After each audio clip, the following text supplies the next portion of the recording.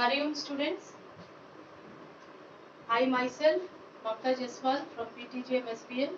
Now, in my previous video, we have discussed about the two phases of the verb. Now, in this volume 3 or phase 3, we will learn about the category 2, that is your transitive verb, intransitive, regular and irregular verb. So before we understand this regular verb or transitive verb, we have to know the formation of a sentence, how a sentence is formed. Okay. So before we go to this transitive, I'll explain you one by one both the things. So before we understand this, always remember that a sentence has three things.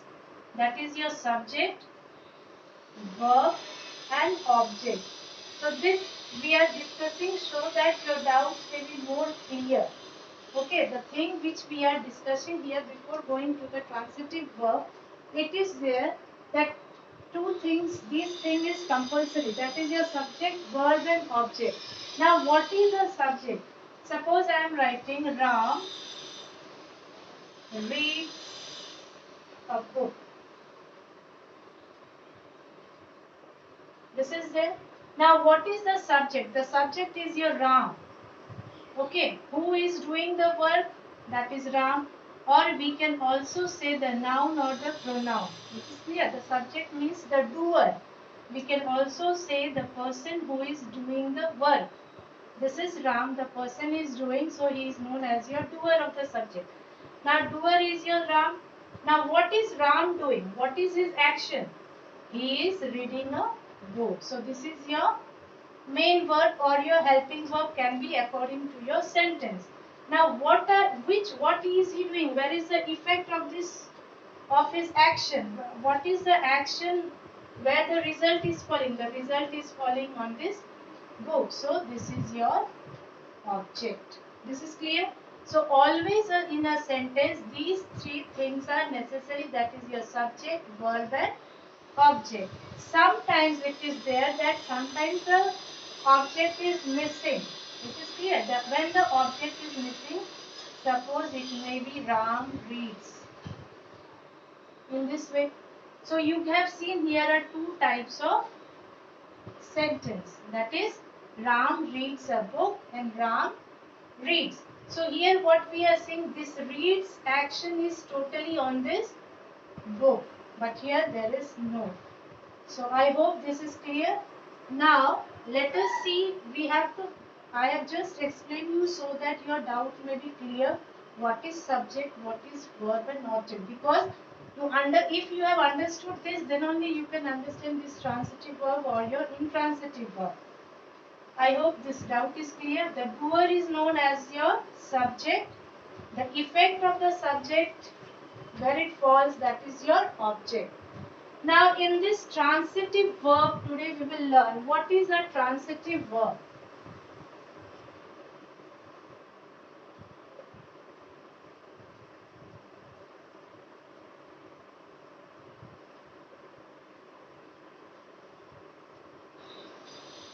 So here I have written transitive and intransitive. Now first we will understand what is a transitive. Now when a verb, okay, now see here, when I am writing here, he plays football. This is clear. So he is your subject, play is your verb, and this is your object. Just now which we have seen, subject, verb and object. So what is this verb? When a verb is followed by an object, it is clear. When a verb is followed by an object, that is known as your transitive verb. Like it again, you can see some other example, like Sweta sings a song. Now in this, what is it? What is the verb? Sing. And this sing is followed by what? Song. So here also this is your transitive verb. It is clear. This one. Now he ate banana. So in this, what is there? This is your subject, this is your verb, and it is followed by the banana. So it is your transitive verb. So this is clear, I hope. Now when a verb is followed by an object, okay, or when a verb has an object, that is known as your transitive verb. Just you see this very example, like he plays, or in very simple way, if you get the answer of your what, okay, when you get the answer of what he plays, what he plays football. Now see, he plays. Here I am not getting the answer of my what. Okay, I am not getting the answer of what. So here, this is your subject. This is your verb. And here there is no object. So when the verb is not followed by an object, or when a verb has no object, then it is said to be your intransitive verb. Like Sweta sings. The same example I am just showing you. He ate. So in this transitive verb, we are getting the clear answer to our question what? He plays football. What does he play? He plays football. So here the verb is followed by an object. But here when the verb has no object, this is said to be your intransitive verb. So this is clear. Now moving towards the next form, that is your regular and the irregular verbs. Now see, this is the second part of your category 2, okay, regular.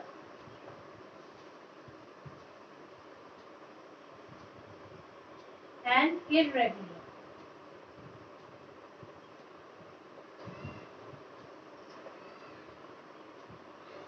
Now what is this regular and irregular?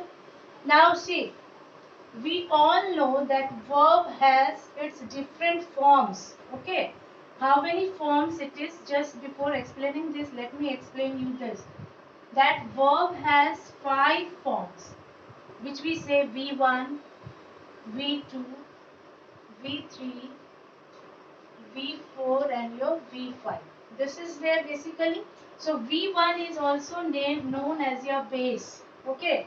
V2 is known as your past. V3 is known as your past participle. V4 is known as your present continuous. Okay. And V5 is your simple present. Or we can also say present indefinite.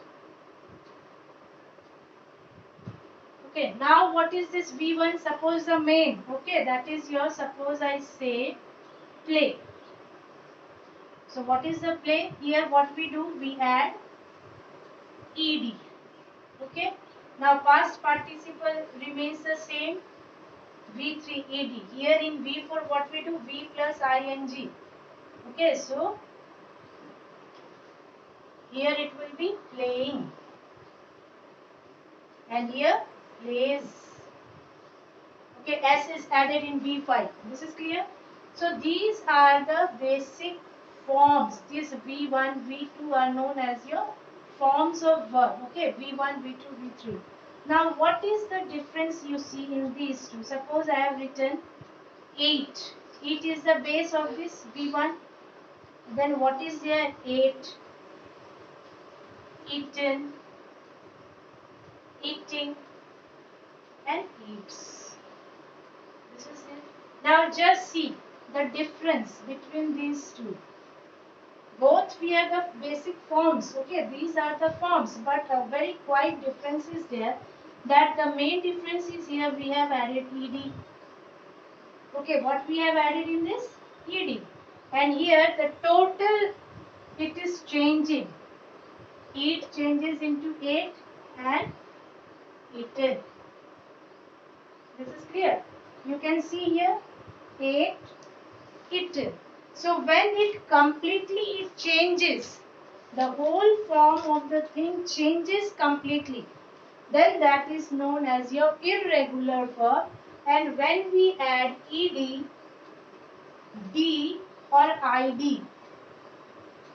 Okay. Then when we add to the base form, it is clear. Then this is known as your regular verb. So we will see one by one.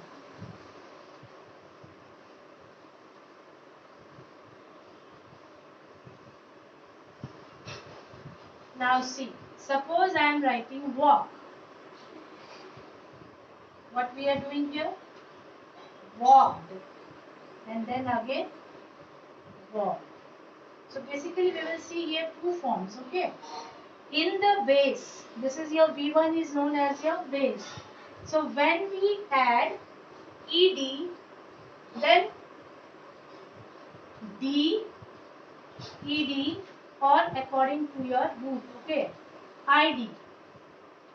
Then this change is known when we add to the base, okay, this is known as your regular verbs. So this is clear. Now let us move to the next example. Suppose you can give me any other if you want, like play. And what is here? Played. Played. Okay. Now if can you give like cry? See. This is one division. What we have added? We have simply added ed. So we have followed this part. Now see this cry. What is at the last? Y is there. So Y is removed by I and then we add ed.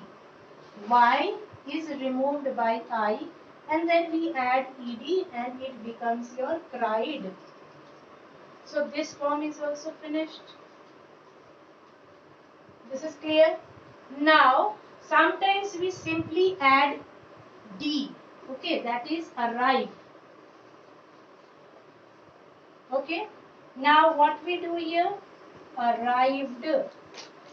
D.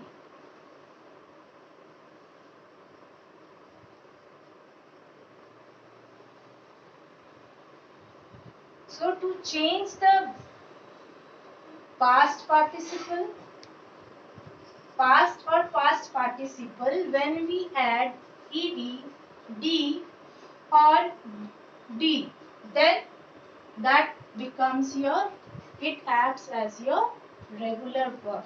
So I think now this doubt is clear. If you have any doubt regarding this, you just see the examples. It is very clear. I hope now there won't be any doubt. Now let us see the next, that is your irregular verbs. Now in this irregular verbs, what happens that it doesn't need any addition. It is very strong enough. Okay, so it can change the whole complete itself. Like some of the verbs you can see. Okay, now just see the difference you will get. Like it is your first we are writing eat, it ate and eaten. Now bring, brought and brought. Drink, drank, drunk. So what it is doing, just see the difference. Here we needed to add something. We have to add, but here there is no addition. It is so strong that it can change itself. The whole word itself is changed. Okay, so this is known as your irregular verbs. The verbs which changes without any addition or it is very strong enough to change itself.